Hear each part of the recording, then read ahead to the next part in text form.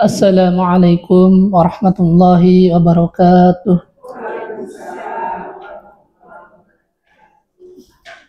Innal hamdalillah nahmaduhu wa nasta'inuhu wa nastaghfiruh wa na'udzu billahi min shururi anfusina wa min sayyiati a'malina. May yahdihillahu fala mudilla lahu wa may yudlil fala hadiya lahu. Wa asyhadu an la ilaha illallah wahdahu la syarika lah wa asyhadu anna Muhammadan abduhu wa rasuluh. Ya ayyuhalladzina amanu taqullaha haqqa tuqatih wa la tamutunna illa wa antum muslimun.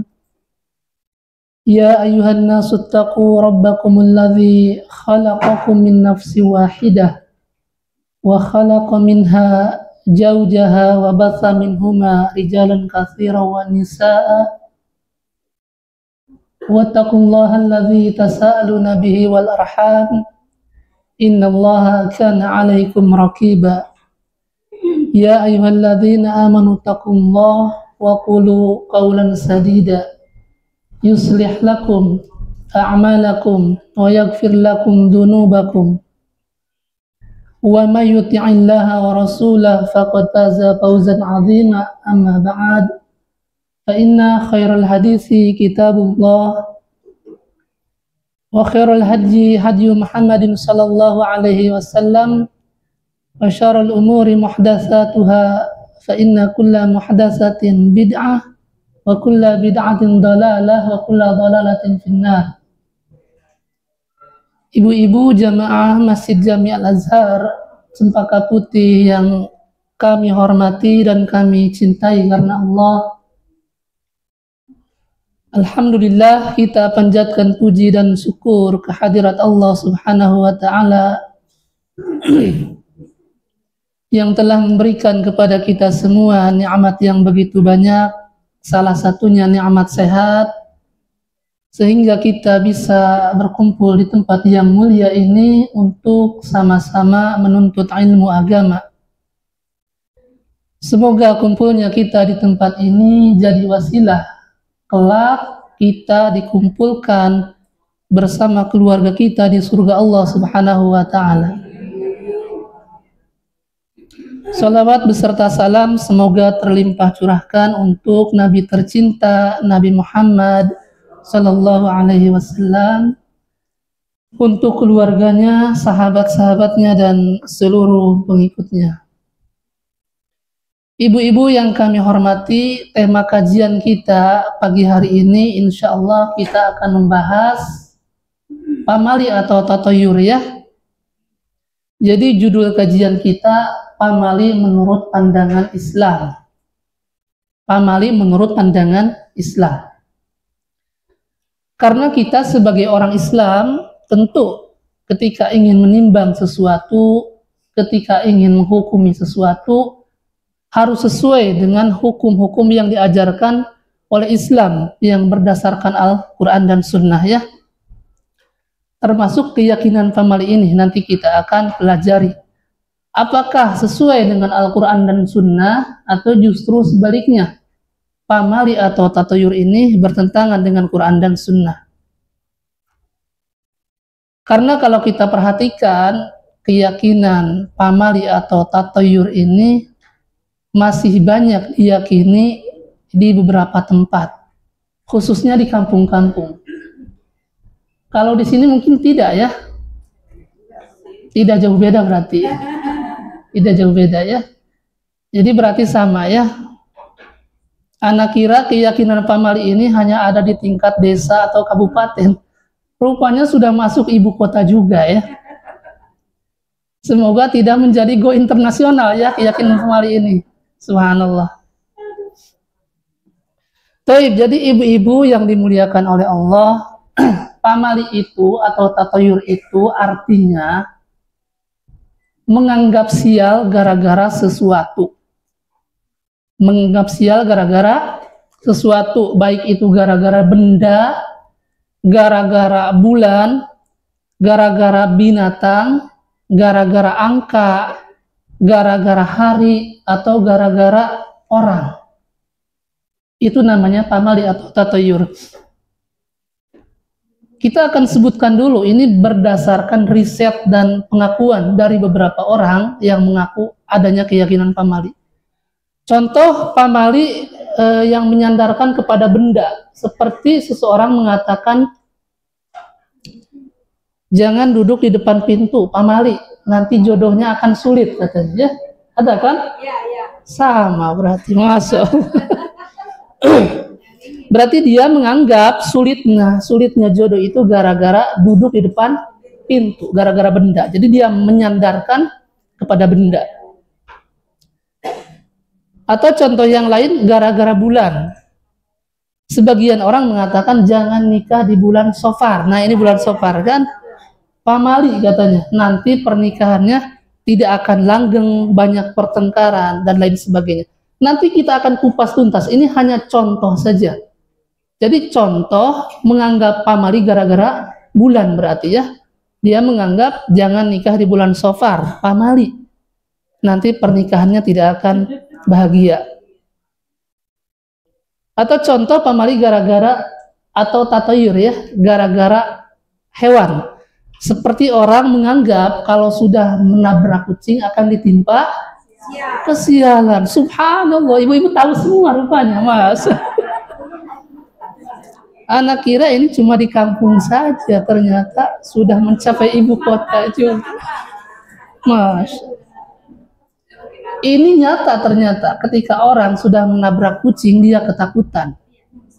Sampai jasad kucingnya itu segera dikuburkan, dikafani. Ini anak lihat langsung. Nggak ada kain kafan, kawasnya dibuka, dia nggak pakai baju. Subhanallah. Iya, jadi dia itu menganggap kalau nggak diurus jenazahnya, itu akan ditimpa kesialan. Sebenarnya kalau dikuburkan memang harus dikuburkan. Kalau tidak dikuburkan mengganggu orang lain kan, bangkainya bau. Tapi kalau di kafani tidak usah, apalagi disolati, tidak boleh. Jadi ini ada keyakinan orang di kafani, dia di kafani. Nggak ada kain kafan, bajunya dia buka, anak lihat langsung. Nah itu contoh berarti pamali gara-gara hewan ya, menganggap sial gara-gara hewan. Ini anak sebelum membantah dalil-dalilnya kita akan sebutkan dulu keyakinan-keyakinannya. Kemudian contoh yang lain seperti orang menganggap sial gara-gara angka. Seperti menganggap sial angka 13. Subhanallah, ibu-ibu pintar semua. Sehingga di beberapa apartemen atau gedung tidak ada lantai 13. Jadi sudah 12 lantai 14. Jadi dia membohongi diri sendiri padahal itu lantai 13. Subhanallah ya. Dan kursi kendaraan pun banyak ternyata yang tidak ada nomor 13-nya ya. Nah, berarti dia menganggap sial gara-gara angka ya. Kemudian ada contoh lagi pamali, jangan duduk di atas bantal. Pamali nanti bisulan, subhanallah. Jadi rupanya banyak juga ibu-ibu yang tahu ya. Jadi kalau duduk gara-gara duduk di atas bantal bisa bisulan, terus bagaimana kalau duduk di atas guling? Oh Ustaz itu bisulan juga, cuman bisulnya panjang katanya. Karena guling panjang katanya, subhanallah ya. Nah itu mungkin beberapa contoh saja dan kami cantumkan di sini beberapa contoh pamali atau tatayur. Seperti yang hamil tidak boleh makan buah salak. Nanti anaknya akan bersisik katanya. Ini kan banyak. Kemudian ibu-ibu jangan potong kuku di malam hari. Nanti memperpendek umur katanya. Nanti kita akan bantah semuanya ya. Ini ada bantahannya semuanya. Ana sebutkan dulu secara umum saja. Terus ada lagi laki-laki yang hamil tidak boleh mancing atau berburu hewan. Nanti anaknya akan seperti hewan katanya. Kemudian ada lagi istri yang hamil tidak boleh melilitkan pakaian atau handuk ke lehernya pamali katanya. Nanti anaknya akan dililit tali pusar. Subhanallah. Jadi ibu-ibu sudah cerdas semua ya. Subhanallah. Ada lagi jangan makan tunggir ayam atau berutu ayam. Nanti suaminya atau istrinya selingkuh katanya. Ada lagi, jangan jual garam, jangan jual silet, jangan jual jarum di malam hari ya Bu. Itu akan bangkrut usahanya ya, katanya. Kemudian jangan makan ceker ayam pamali, nanti tulisannya jelek. Itu banyak seperti itu. Kemudian ada beberapa lagi seperti jangan nyapu di malam hari, nanti rezekinya akan hilang. Jangan buka payung di malam hari atau di tengah rumah, nanti rumahnya akan ditimpa musibah. Jangan pakai baju warna hijau kalau ke pantai pamali, nanti dijadikan tumbal oleh Roro Kidul. Itu banyak sekali ya. Nah, kalau kita bahas tentunya banyak lagi, ada puluhan bahkan mungkin ratusan keyakinan-keyakinan yang disandarkan gara-gara pamali ya. Baik, sekarang kita akan sebutkan dalil-dalil larangan mempercayai pamali atau tatayur ya. Yang pertama, Allah Subhanahu wa taala berfirman di dalam surah Al-A'raf ayat 131. Kata Allah Subhanahu wa taala, "Ala innama ta'iruhum 'indallah walakinna aktsarahum la ya'lamun." Artinya, ketahuilah sesungguhnya kesialan yang menimpa kepada mereka itu semuanya ketetapan dari Allah. Walakin aktsarahum la ya'lamun. Akan tetapi sedikit sekali dari kalian yang mengetahuinya. Jadi di dalam ayat ini Allah menyebutkan bahwa kesialan yang menimpa kepada kita, nasib buruk yang menimpa kepada kita, bencana yang menimpa kepada kita, itu semuanya ketetapan dari Allah mutlak. Ini harus kita yakini bahwa semua yang terjadi kepada kita, baik itu musibah, kecelakaan, nasib buruk, nasib sial, itu ketetapan dari Allah ya. Jadi jangan seperti para pengikut Fir'aun. Para pengikut Fir'aun itu bertatayur kepada Musa alaihissalatu wassalam. Jadi ketika mereka ditimpa kesialan, mereka katakan, oh ini gara-gara Musa katanya. Itu Allah abadikan di dalam surah Al-A'raf ayat 131. فَإِذَا جَاءَتْهُمُ الْحَسَنَةُ قَالُوا لَنَا هَذِهِ. Apabila datang kepada mereka kemakmuran, kebahagiaan, maka mereka katakan, oh ini hasil usaha kami katanya. Tetapi wa in tusibhum sayyi'atu yatayyaru bi Musa wa man ma'ahu. Dan jika mereka ditimpa kesusahan atau musibah, maka mereka katakan, oh ini gara-gara Musa dan para pengikutnya. Nah ini, jadi sudah ada ternyata, ini namanya tatayur terhadap orang. Kalau tadi kan terhadap benda, terhadap bulan, ini terhadap orang. Dia menyalahkan kesialannya gara-gara Musa. Dan itu terjadi juga kepada Nabi Shallallahu Alaihi Wasallam di zaman kaum musyrikin dulu. Mereka sama, ketika ditimpa musibah atau kesialan, mereka katakan, oh ini gara-gara Muhammad, kata mereka. Itu Allah Subhanahu Wa Taala sebutkan di dalam surah An-Nisa ayat 78. Kata Allah Subhanahu Wa Taala, wa in tusibhum hasanatu yaqulu hadhihi min indillah. Dan jika mereka memperoleh kebaikan, mereka mengatakan, oh ini dari sisi Allah. Jadi ini masih mending mengatakan ketika diberi kebaikan dari sisi Allah. Tetapi wa in tusibhum sayyi'atu yaqulu hadhihi min indik. Tetapi apabila mereka ditimpa suatu musibah atau kesialan, mereka katakan, oh ini gara-gara Muhammad ya. Nah itu jadi salah satu contoh saja bahwa ternyata keyakinan tatayur atau menganggap sial gara-gara benda, gara-gara orang sudah ada di zaman Nabi Musa dan di zaman Nabi Muhammad Shallallahu Alaihi Wasallam.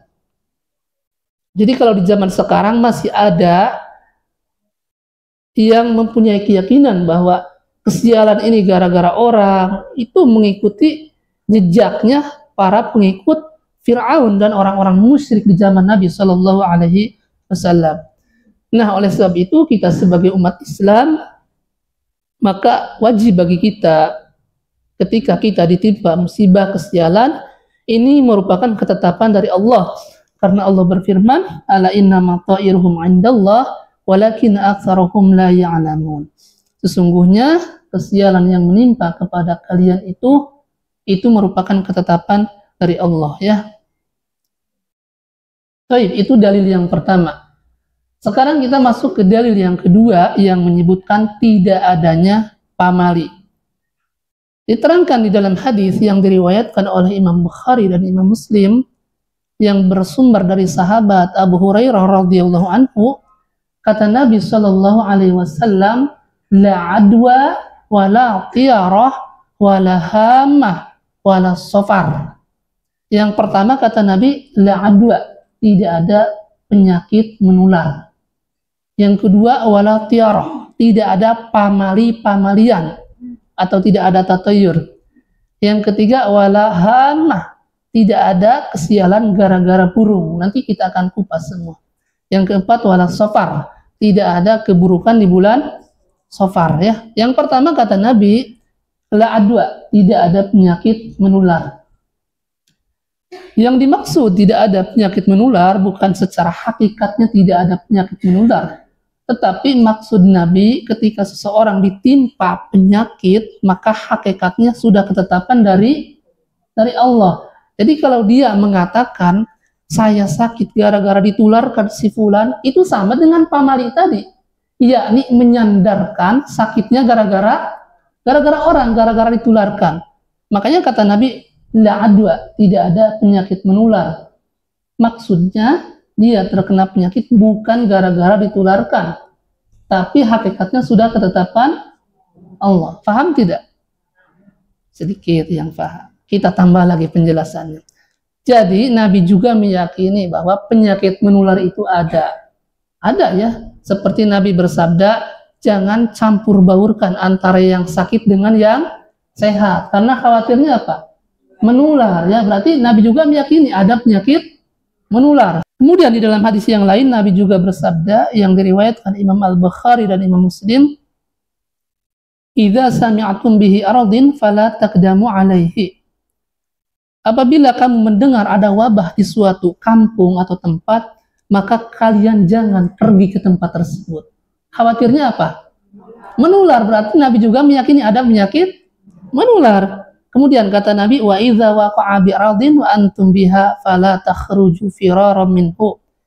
Tetapi jika wabah itu terjadi di daerah kamu jangan keluar dari tempat tersebut. Khawatirnya menular. Berarti Nabi juga meyakini ada penyakit menular. Jadi yang dimaksud dengan kata Nabi la adwa, tidak ada penyakit menular, maksudnya ketika seseorang sakit bukan karena ditularkan oleh orang. Paham, ya? Tapi sudah ketetapan Allah. Baik, kita lanjut kalau sudah paham semua, ya. Nah, kemudian yang kedua kata Nabi, wala tiarah, tidak ada pamali atau tidak ada tatayur. Jadi rupanya keyakinan pamali atau tatayur ini sudah ada di zaman jahiliyah dulu. Jadi tiarah itu berasal dari kata toir atau burung. Nah, orang-orang dulu Ibu, ketika ingin pergi ke suatu tempat, dia mendatangi burung dulu, kemudian dibentaklah burung tersebut, dibentak. Kalau burungnya terbang ke kanan, dia jadi melaksanakan perjalanannya. Tapi kalau burungnya itu terbang ke kiri, tidak jadi karena akan bernasib sial katanya. Nah, datang Nabi Shallallahu Alaihi Wasallam membawa syariat Islam, kata Nabi, wala tiaroh, tidak ada tiaroh-tiarohan, tidak ada pamali-pamalian, sehingga dihapuslah keyakinan tersebut, ya. Nah, kemudian yang ketiga kata Nabi Shallallahu Alaihi Wasallam, walahamah, tidak ada kesialan gara-gara burung. Jadi di zaman Nabi pun sudah ada dulu. Ketika ada suara burung, itu mereka mengatakan, wah ini akan ada musibah, akan ada yang meninggal, akan ada yang sakit. Itu sudah ada. Nah, rupanya keyakinan ini diikuti oleh orang zaman sekarang. Di tempat kami ada namanya burung incuing. Di tempat uncuing, ya. Ibu-ibu yang di Jakarta ini mungkin tidak banyak yang tahu. Di tempat kami ada namanya burung incuing, yang suaranya itu cing cicuit, cing cicuit. Nah, itu kalau bunyi ibu, diyakini oleh beberapa orang di kampung itu akan ada musibah, akan ada yang sakit, akan ada bencana. Sehingga burung itu kalau bunyi dikejar-kejar, diusir. Kata orang-orang di sana, jangan di sini, ke sana, ke seberang, ke Palembang katanya. Kasihan juga orang Palembang ya. Jadikan pelarian juga orang Palembang rupanya. Nah, jadi mereka menganggap bahwa kesialan atau musibah atau bencana yang menimpa kepada mereka itu gara-gara burung incuing, sehingga ketakutan kalau burung itu berbunyi. Tetapi giliran di kampungnya banyak yang zina, banyak praktek riba, ibu-ibu ada kumpulan Bang Emok, yang harian, yang mingguan, yang bulanan, itu mereka santai-santai saja, tidak ketakutan. Padahal Nabi mengatakan dua sumber ini yang menyebabkan kampung itu ditimpa musibah atau bencana atau azab. Jadi unik, kalau ada burung incuing takut, wah akan ada musibah. Tapi giliran di rumahnya banyak orang yang pacaran, yang itu merupakan biang-biang zina, praktek bank di sana sini, mereka santai-santai saja. Padahal Nabi Shallallahu Alaihi Wasallam bersabda di dalam hadis yang diriwayatkan oleh Imam Al-Baihaqi dan Imam Hakim, Nabi bersabda, "Idza dhaharu zina war riba fi qaryatin faqad ahallu bi anfusihim azab Allah." Apabila telah tersebar zina dan riba di suatu kampung, maka kampung tersebut halal diazab oleh Allah, kata Nabi. Nah, makanya ini penyebab utama turunnya azab musibah. Kalau di kampung sudah banyak yang namanya praktek zina dengan diganti namanya jadi prostitusi. Kemudian riba juga diganti namanya jadi bunga. Oh, ini bank yang ada bunganya, bukan riba diganti. Nah, itu hati-hati kalau di suatu kampung sudah banyak orang yang melakukan zina, yang melakukan riba, itu kampung tersebut kata Allah halal diazab oleh Allah. Sedangkan musibah itu, bencana atau azab itu kalau turun di suatu kampung, di suatu daerah, itu tidak pandang bulu, artinya kena semuanya. Kena, yang berimannya kena, ahli ibadahnya kena. Bukan hanya menimpa kepada orang yang berdosa saja, sebagaimana yang Allah sebutkan di dalam surah Al-Anfal ayat 25, wattaqu fitnatal la tusibanal ladzina zalamu minkum khassah. Kata Allah Subhanahu wa taala, takutlah kalian dari siksa yang tidak akan menimpa kepada orang yang zalim saja. Jadi azabnya itu bukan hanya menimpa kepada orang yang berdosa saja, bukan hanya menimpa kepada orang yang zalimnya saja, semuanya kena. Yang beriman, yang biasa ibu-ibu aktif hadir ke kajian, sering baca Quran, kena semua. Makanya para sahabat ketika mendengar ayat ini mereka ketakutan. Sebagaimana kita ketahui sahabat itu takwanya luar biasa, imannya luar biasa. Tapi setelah mendengar ayat ini ketakutan, karena khawatir kalau di sekitarnya ada orang yang berbuat zalim, ada para pendosa, ada orang yang zina, ada pemakan riba, ada praktek riba, itu semuanya kena. Kalau kita kan nggak ketakutan, lihat sekeliling banyak praktek zina, riba, bank-bank ribawi berdiri di sana sini, kita santai-santai. Padahal penyebab terjadinya bencana musibah bukan gara-gara burung incuing, bukan, tapi gara-gara banyak yang zina dan banyak yang riba, ya.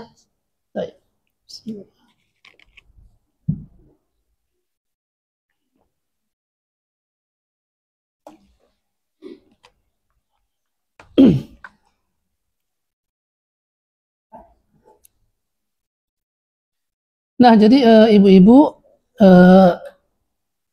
yang kedua kata Nabi Shallallahu Alaihi Wasallam, yang ketiga wala hamah, tidak ada tanda-tanda kesialan gara-gara burung, ya. Jadi tidak ada tuh kalau burung berbunyi akan ada kesialan. Kadang-kadang ini ada dipengaruhi sama film juga, ya. Kalau di film-film kan gitu, kalau ada burung gagak kalau ada akan terjadi musibah, ada bunyi kan, kak bunyi. Ada lagi burung hantu kalau di kampung. Burung hantu kalau berbunyi, mereka meyakini kalau ada burung hantu bunyi, wah ada yang hamil katanya. Burung buak di tempat kami. Di sini nggak tahu ya. Ada tidak di sini? Nggak ada ya. Burung, oh ada. Masya Allah. Masih ada ya. Itu kalau berbunyi katanya, Ibu, itu ada yang hamil katanya. Jadi sudah lebih canggih dari medis. Dokter saja kalau membuktikan seseorang hamil apa tidak kan harus melalui apa? Aspek dulu, terus di USG ya, namanya USG.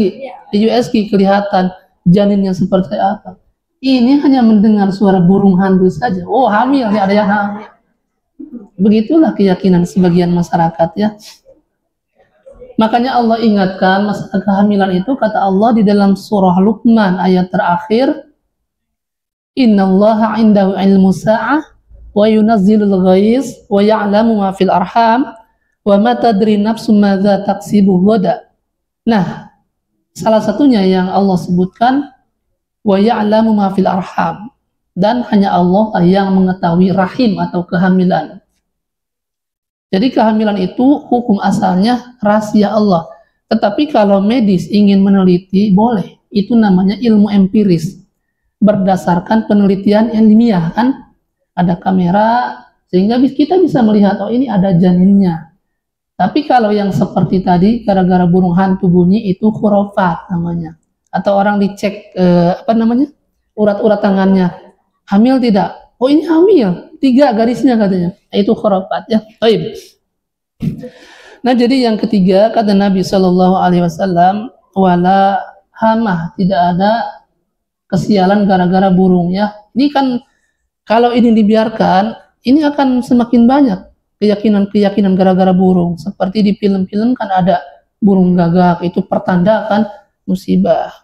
Nanti akan nambah lagi. Oh kalau burung tekukur berbunyi Ustadz 2 kali, itu tandanya suaminya akan nambah istri lagi. Nah, khawatir nanti, makanya jangan percaya ya.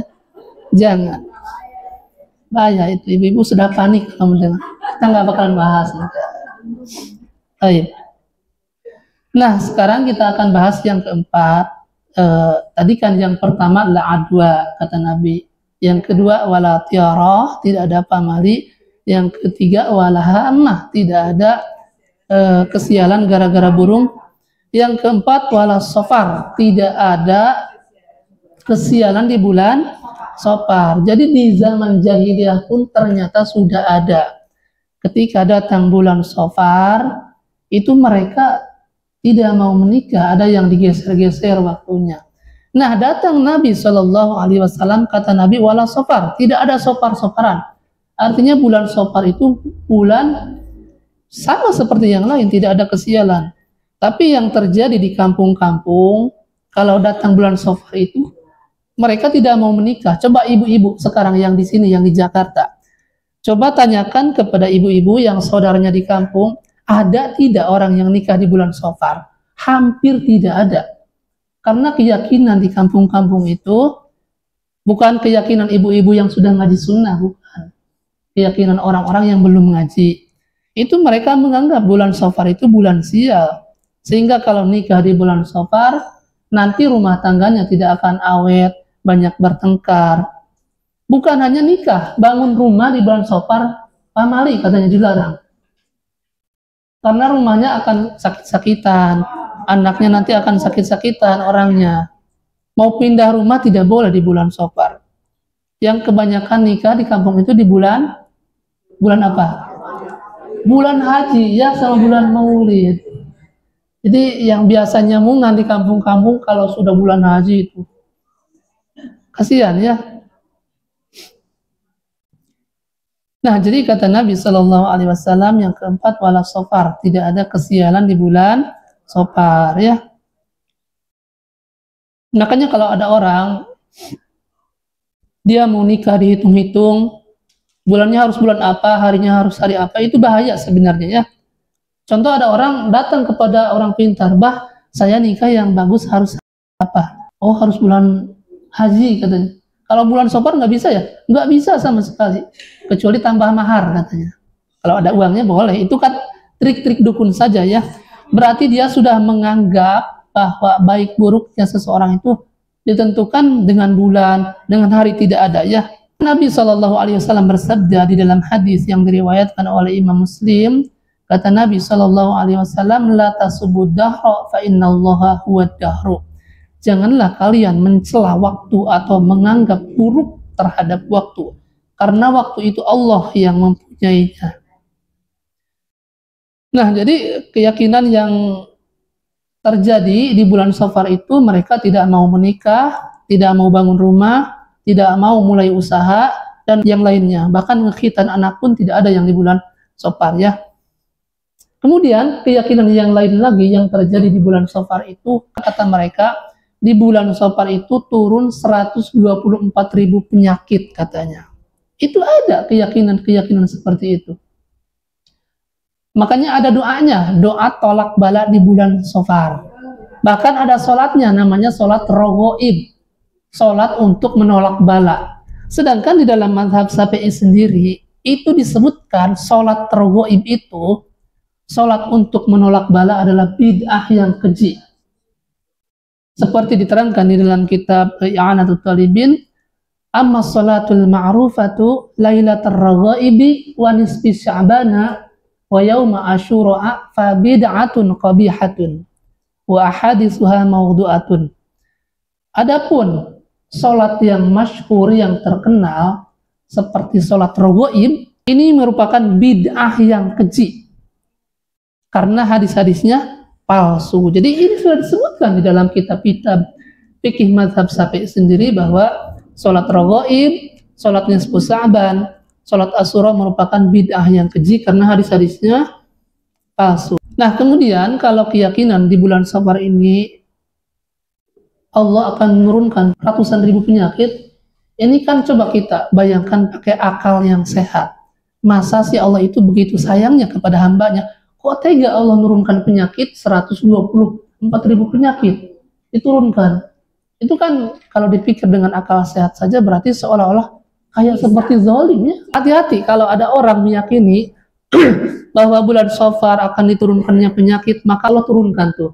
Sebab diterangkan di dalam hadis qudsi, Anna indadzanni abdi bi, kata Allah, aku terserah sangkaan hambaku. Ketika kita menyangka diturunkan penyakit, bisa-bisa Allah turunkan tuh penyakit. Benar-benar. Di dalam hadis yang lain pun Rasul bersabda, inna khairan fa khairun wa inna syarran fa syarrun. Kalau kamu berprasangka baik, maka hasilnya akan baik. Kalau kamu berprasangka buruk, maka hasilnya akan buruk. Ya, maka harus berprasangka baik kepada Allah bahwa di bulan Safar ini tidak ada, kata Nabi, tidak ada yang namanya bulan sial, tidak ada. Baik, kemudian ibu-ibu yang kami hormati, ini hadis berikutnya tentang larangan pamali ya.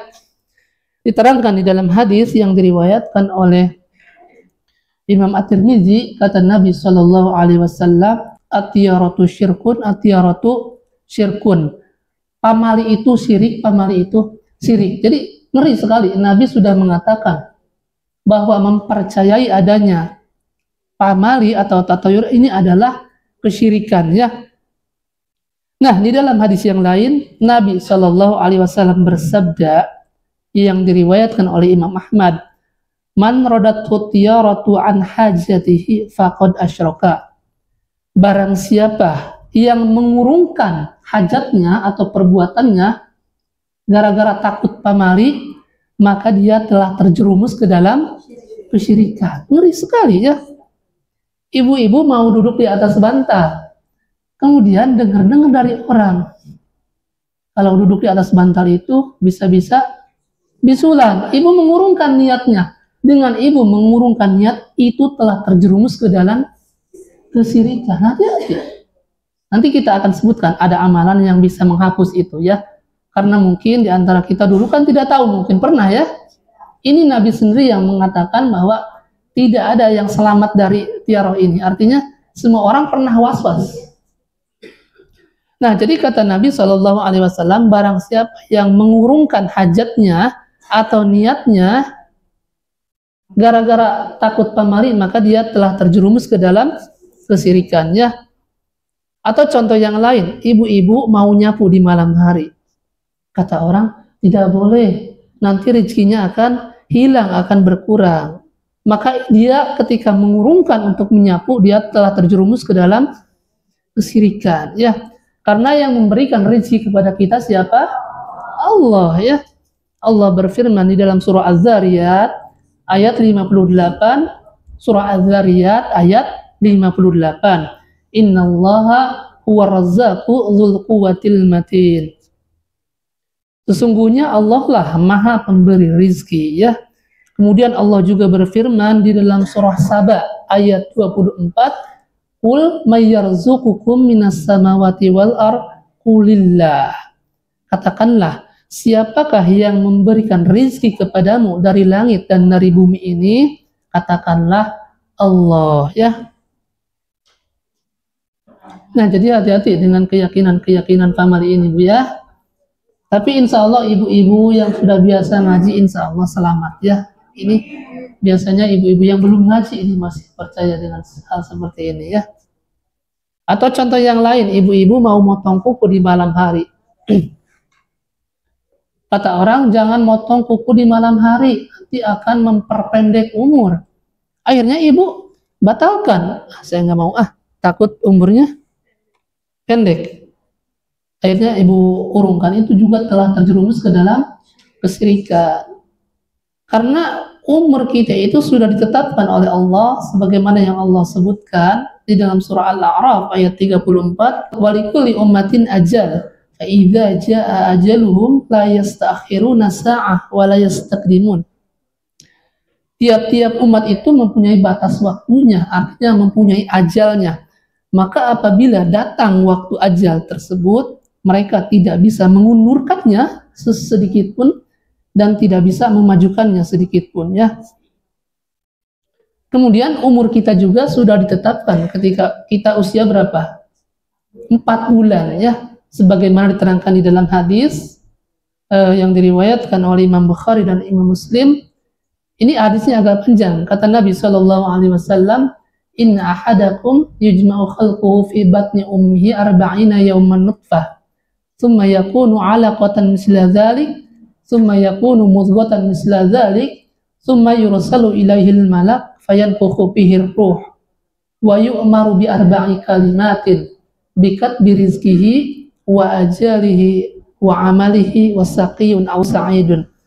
Kata Nabi, sesungguhnya penciptaan kalian itu dititipkan melalui rahim ibu kalian 40 hari dalam bentuk nutfah atau air mani yang mengental. Summa yakunu 'alaqatan misla dzalik. 40 hari kemudian berubah menjadi segumpal darah.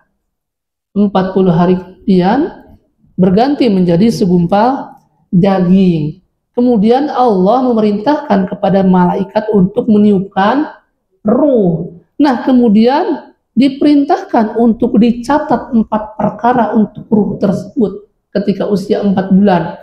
Yang pertama yang dicatat bikat rizkihi, rizkinya. Yang kedua ajalnya.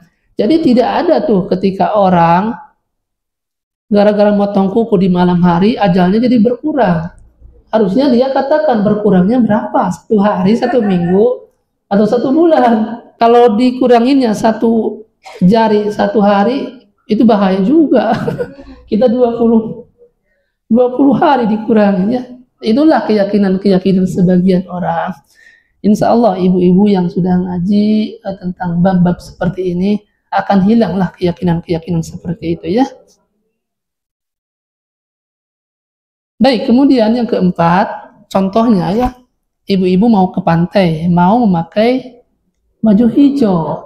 Kemudian dengar-dengar dari orang, jangan pakai baju hijau, nanti dijadikan tumbal oleh Roro. Ibu ganti bajunya, diganti, kamu saya pakai baju hitam saja. Nah, ibu mengganti baju itu telah terjerumus ke dalam kesyirikan. Hati-hati, ya. Jadi orang ketika mengurungkan niatnya gara-gara pamali, gara-gara tatayur, dia telah terjerumus ke dalam kesyirikan ya. Nah, jadi ketika seorang mengurungkan niatnya karena takut pamali, karena takut tatayur, maka dia telah terjerumus ke dalam kesyirikan, karena Nabi bersabda, man radathu tiyaratu an hajatihi faqad asyraka. Barang siapa yang mengurungkan niatnya gara-gara pamali atau tatayur, maka dia telah terjerumus ke dalam kesyirikan. Kemudian para sahabat bertanya, jadi hadis ini masih berlanjut ya. Ketika para sahabat mendengar, ketika seseorang mengurungkan niatnya gara-gara pamali tadi, itu bisa terjerumus ke dalam kesyirikan, maka sahabat bertanya, kata para sahabat, fama kafaratu dzalika, terus apa yang bisa menebusnya, atau apa cara tobatnya, kata para sahabat. Maka Nabi Shallallahu Alaihi Wasallam bersabda, ucapkan oleh kalian atau baca oleh kalian, Allahumma la khaira illa khairuka, wa la tayra illa tayruka, wa la ilaha ghairuka. Jadi amalan yang akan bisa menghapus keyakinan tadi, ketika seorang mengurungkan niatnya itu kan terjerumus ke dalam kesyirikan. Nah, itu cara menghapusnya. Kata Nabi, ucapkan oleh kalian, Allahumma khaira illa khairuka, wa la khaira illa khairuka, wa la ilaha ghairuka. Yang artinya, ya Allah, tidak ada kebaikan kecuali kebaikan darimu, dan tidak ada kesialan kecuali kesialan darimu, dan tidak ada Tuhan kecuali Engkau ya.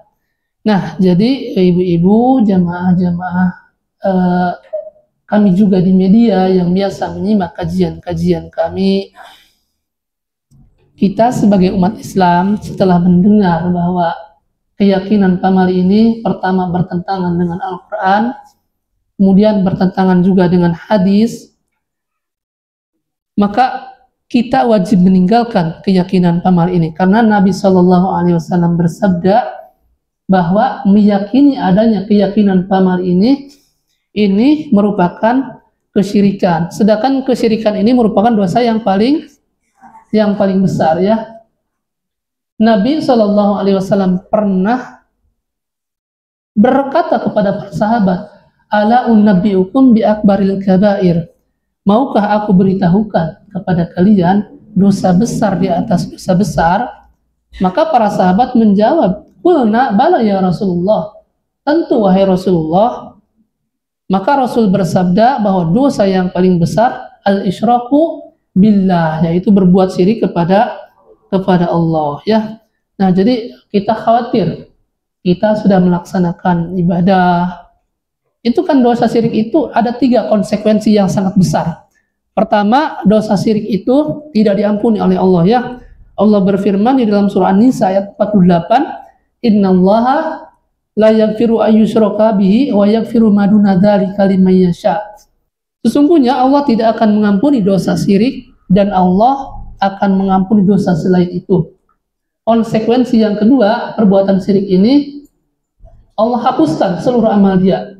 Sebagaimana Allah sebutkan di dalam surah Az-Zumar, la in asyrakta la yahbatanna amaluka wa la takunanna minal khasirin. Apabila engkau berbuat syirik, maka akan hapuslah seluruh amalmu, niscaya engkau menjadi orang yang merugi. Kemudian yang ketiga, kenapa? Surah Az-Zumar ayat 65, la in asyrakta la yahbatanna amaluka wa la takunanna minal khasirin. Atau bisa juga di dalam surah Al-An'am ayat 88, walau asyraku la habita anhum ma kanu ya'malun.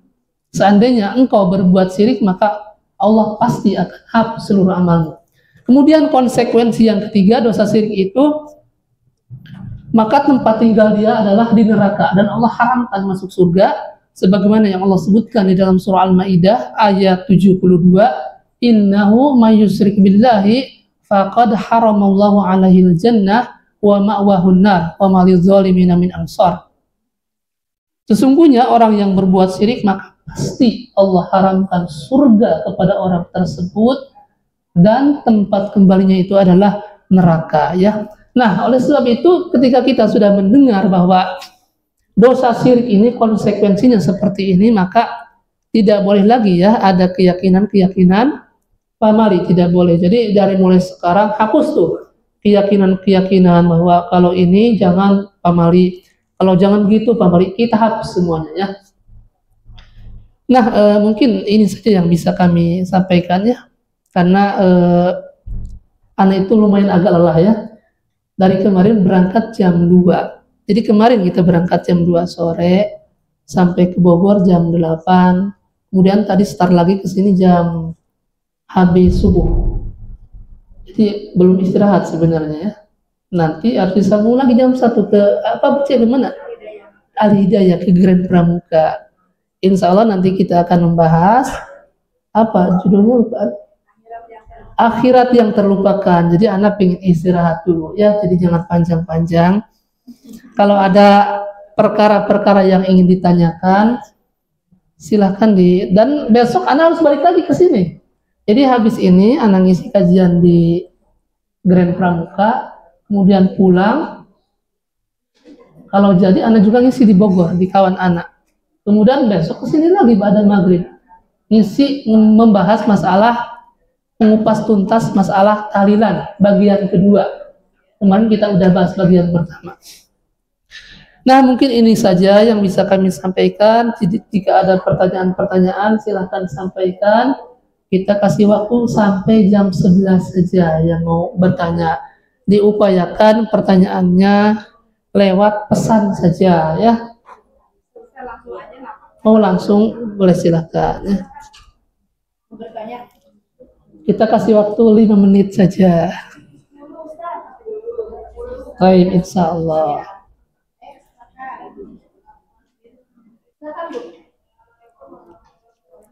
Assalamualaikum warahmatullahi wabarakatuh.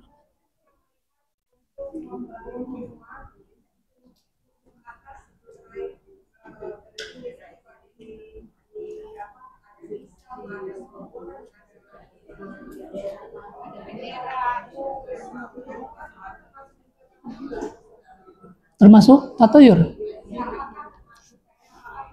Toib. Jadi awalnya Anda mengira bahwa perbuatan seperti itu hanya ada di kampung-kampung saja. Rupanya ibu pun telah mengalami ya. Jadi ketika seseorang mau bangun rumah, pas rumahnya sudah mau finish ya, itu biasanya ada digantungkan kayak semacam makanan-makanan, kemudian dikasih bendera. Biasanya ibu ya seperti itu ya. Nah, keyakinan seperti itu kalau sekedar mungkin hiburan-hiburan ya boleh-boleh saja ya, mungkin hiburan ya. Tapi kalau meyakini bahwa dengan dia memberikan itu sebagai sesajen agar rumahnya aman daripada penyakit, aman daripada bencana, maka ini telah termasuk ke dalam kesyirikan.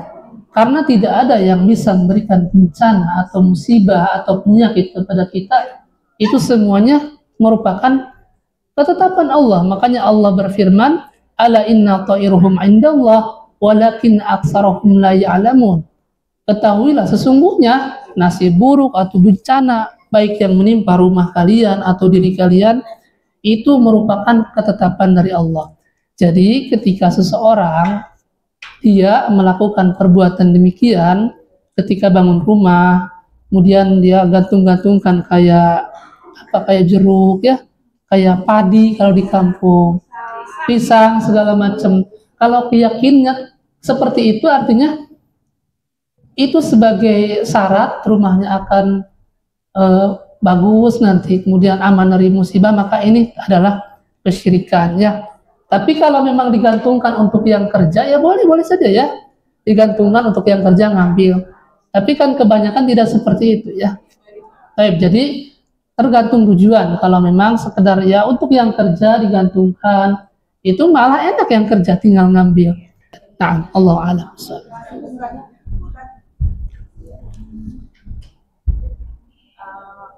Ada orang 3 kali menikah, tiga-tiganya istrinya meninggal karena sakit.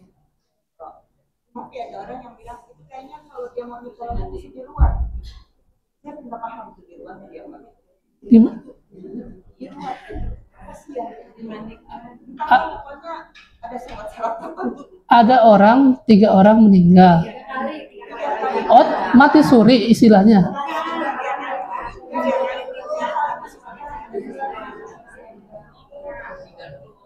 Coba 1 orang, anak kurang. Ada orang 3 kali menikah, istrinya meninggal terus. Nah, untuk menikah lagi yang keempat misalnya dia harus diruat. Oh gitu, kirain meninggal. Berarti ada orang sudah nikah beberapa kali ya, istrinya selalu meninggal terus. Kemudian agar tidak meninggal, maka dibawalah kepada orang pintar, dimandikan atau bahasanya apa? Ruat atau segala macam, maka itu tidak ada di dalam Islamnya. Kita tahu bahwa di dalam Islam yang menjadikan seseorang mati siapa? Allah. Berarti sudah takdir Allah. Ketika dia menikah mungkin dengan istri yang pertama namanya Halimah, dia meninggal. Kemudian nikah lagi sama Fatimah meninggal. Ketika dia menikah sama Khadijah, dia meninggal juga. Berarti Allah takdirkan dia sudah mau nikah sama cucu nantinya ya. Jadi dalam Islam tidak ada ketika seseorang yang sering menikah kemudian istrinya meninggal terus-terusan, kemudian dimandikan, dikasih syarat, tidak ada. Sebab itu sudah ketentuan Allah. Jika menganggap bahwa seseorang itu kalau dia dikasih ruat atau dimandikan maka istrinya tidak akan meninggal, dia berarti telah terjerumus ke dalam kesyirikan juga, karena menganggap mati dan tidaknya seseorang gara-gara sudah diruat. Oh, sekarang alhamdulillah istri yang sekarang saya sudah berumah tangga 10 tahun nggak mati-mati tuh. Kenapa? Kemarin sudah diruat sama dukun kan? Oh iya, berarti dia bahaya ya, tidak ada dalam Islam seperti itu. Nah, termasuk kalau kita menganggap bahwa yang menjadikan seseorang mati dan tidaknya ditentukan dengan ruat, berarti bahaya ya. Baik, silakan adanya. Assalamualaikum warahmatullahi wabarakatuh. Dua pertanyaan sih Ustaz ya. Yang pertama, waktu itu kita kan mau bikin rumah kan. Tapi bukan kita yang melakukan apa yang diminta seperti kesyirikan tadi. Yang minta ini tukang yang mau bikin rumah itu kan. Seperti motong ayam, jalan dulu. Terus habis itu kalau di Sumatera tuh banyak kan yang jaga, yang besi lah, yang macam-macam gitu. Tapi nggak datang dari kita Ustaz, tukang yang minta, dia juga yang melaksanakan. Tapi kita menyetujui. Iya, karena kita nggak tahu kan Ustaz. Oh gitu. Nah. Yang kedua Ustaz, waktu itu kan kita ada cari jodoh.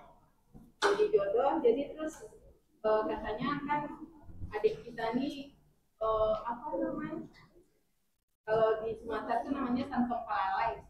Orang mau, adik nggak mau. Orang nggak mau, adik mau. Nggak jadi.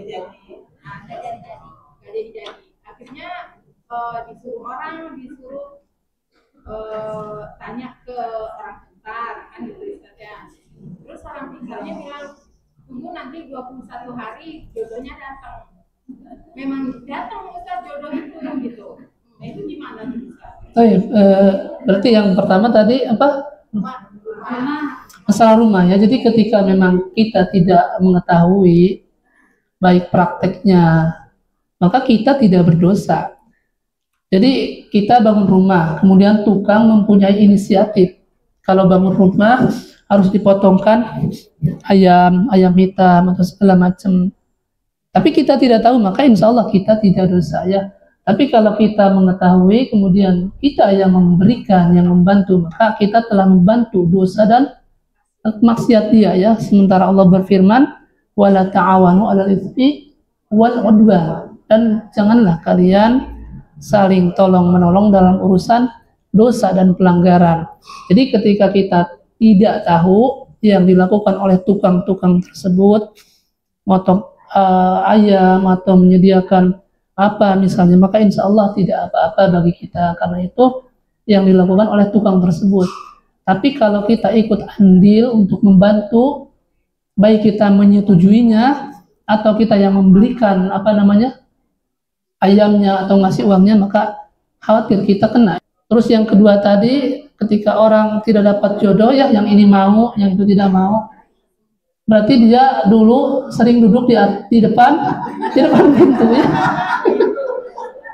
Tadi kan dikatakan demikian, orang yang duduk di depan pintu itu akan sulit mendapatkan jodoh. Berarti ibu yang bertanya barusan itu perempuannya dulu suka duduk ya? Enggak ya ibu ya. Jadi masalah jodoh itu kita tahu bahwa urusan jodoh itu urusan Allah. Jadi ya sama seperti tadi ya. Ketika laki-lakinya mau, kemudian istrinya nggak mau, kemudian dikasihlah air sama dukun atau apa. Kemudian setelah 21 hari jadi mau, makanya itu sebenarnya tidak ada seperti itu. Jadi Allah sudah takdirkan saja. Tapi kan kadang-kadang setan itu ya sama seperti itu, membantu ya. Setan itu membantu ketika seorang mempunyai keyakinan, wah saya dengan gara-gara dukun tadi alhamdulillah. Jadi kami saling menyukai, yang asalnya ini suka, yang ini tidak suka. Yang ini suka, yang ini tidak suka kan awalnya. Kemudian dia datanglah ke dukun misalnya. Kemudian dikasihlah jampe-jampe atau apapun itu. Maka akhirnya dia jadi sama-sama mau. Nah, ketika kita meyakini itu gara-gara dukun, khawatirnya karena Anda yakin orang yang datang itu, yang memberitahu itu adalah dukun ya. Dukun, orang yang mengatakan demikian. Jadi tidak boleh kita mendatangi orang-orang seperti itu, karena Nabi Shallallahu Alaihi Wasallam bersabda, "Man ata'arrafan au kahinan fasa'alahu an syai'in fasaddaqahu lam tuqbalahu salatun arba'ina yauman." Barang siapa mendatangi dukun atau tukang ramal, kemudian dia bertanya dan percaya. Nah, ini yang dikhawatirkan. Dia percaya dengan yang dukun tadi sebutkan. Setelah 21 hari, insya Allah kamu akan saling menyukai. Nah, dengan kita percaya dengan omongannya, maka sholatnya tidak akan diterima selama 40 hari ya. Nah, mungkin ini saja yang bisa kami sampaikan. Mudah-mudahan ada manfaatnya. Tidak ada lagi ya? Sudah jam. Satu lagi, selain bertobat, istighfar, terus apalagi nanti kan itu akan bisa. Yang mana? Ya itu dosa-dosa tadi yang meyakinin itu. Iya, kalau jadi dosa itu, kalau dosa syirik. Jadi tadi katakan bahwa dosa syirik itu kan tidak diampuni ya. Maksudnya yang tidak diampuni itu ketika orang tersebut dia belum bertobat. Jadi dia meyakini hal-hal tersebut kemudian meninggal belum bertobat. Maka itu mendapatkan 3 konsekuensi tadi. Yang pertama, innallaha la yaghfiru ayyushraka bihi wa yaghfiru ma duna dzalika liman yasha. Allah tidak akan mengampuni dosa syirik. Kemudian dan yang lainnya, mereka amal-amalnya akan dihapus juga. Kemudian Allah haramkan surga kepada orang tersebut. Jadi prakteknya itu ketika orang tersebut berbuat syirik belum bertobat ya. Tapi kalau dia berbuat syirik sama seperti tadi ya, ketika seorang dia mungkin dulu-dulunya masih jahil ya, dia mempercayai pamali segala macam, kemudian sudah bertobat dan banyak istighfar dan dia tidak mengulangi perbuatan itu lagi, insya Allah Allah ampuni dosanya ya. Nah, mungkin ini saja yang bisa kami sampaikan. Subhanakallah.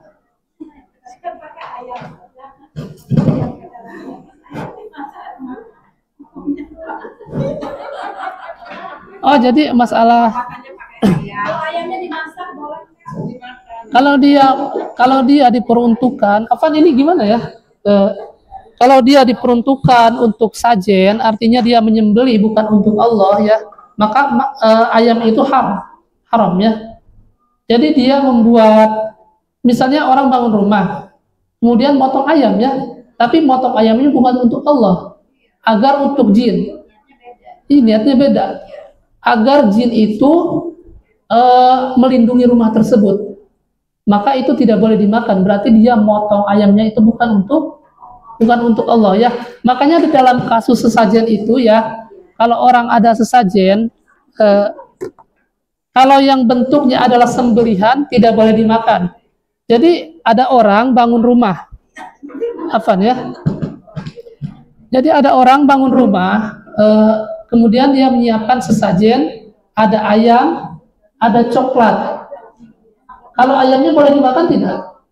Tidak boleh ya, tapi coklatnya boleh nggak? Boleh, coklatnya boleh, karena coklat itu tidak disembelihkan. Nah, jadi ibu yang tadi disembelih itu tidak boleh, kalau niatnya dia untuk perlindungan. Kalau yang lainnya dia ngasih sajennya itu kayak ayam, ada jeruk, ada coklat, ada yang lainnya boleh dimakan. Tapi yang disembelihnya tidak boleh dimakan, iya. Nah, cukup mungkin ya ibu-ibu ya.